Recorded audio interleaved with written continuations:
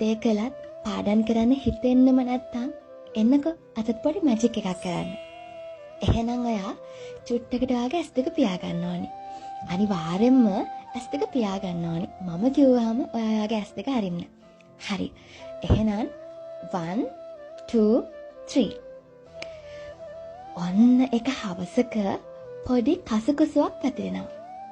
ඒ මොකක්ද? අන්නද රිසල්ට් එනවලු. අම්මෝ පපුව මැද්දෙන් සීතල ඉරක් යනවා වගේ දැනෙනවා. මං හොඳට ලිව්වා නේද? අනේ රිසල්ට් එක කොහොම වෙයිද? අනේ මන්ද මොනවා වෙයිද දන්නේ නැහැ. දෙන්නම් කකුල් දෙකත් වෙවුලනවා වගේ. චූටි බයකුත් දැනෙනවා අප්පා. කමක් නැහැ. අද දවස වෙනකන් කොච්චර ඇඟිලි ගන්නවද ඉතින්. අවස්වරවත් නොදැනීම කෙවුණා.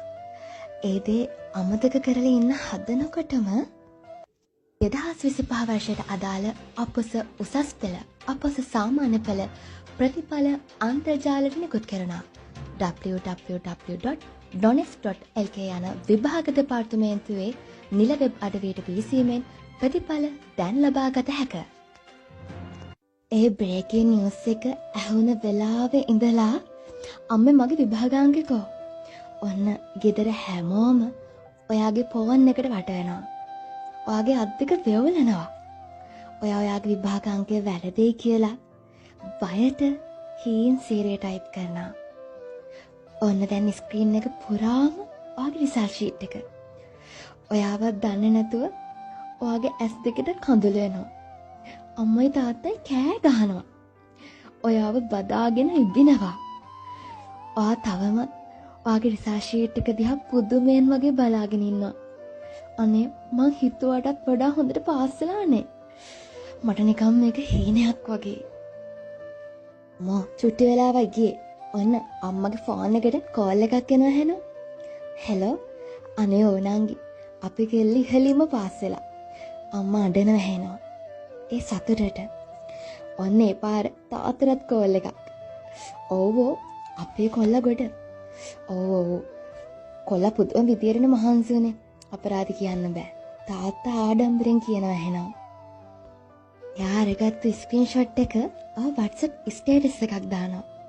ඔයාට දැන් නම් ඉතින් ඉවසිල්ලක් නෑ සතුට දරා ගන්නත් බෑ. ඔන්න බලන්නකෝ පොලිමට මැසේජ් එනවා. congratulations බං. congratulations. අනේ හැමෝම මට සුබ පතනවා. මට මේක නම් හිතා ගන්න බෑ. මං ඇත්තටම හිතුවේ නෑ මේක මේ තරම් සතුටක් කියලා. ඔයාට ඇත්තටම මේ සතුට දරා ගන්න බෑ නේද? අම්මා ඇවිත් කියනවා හෙට උදේ මොන හරි ගන්න යන් කියලා. ආඩත් මොකද කොච්චර සතුටුද? ඉතින් උදේ පාරට බහලා යනකොට මූණට හම්බෙන හැමෝම රිසල්ට් ගැන තමයි අහන්නේ.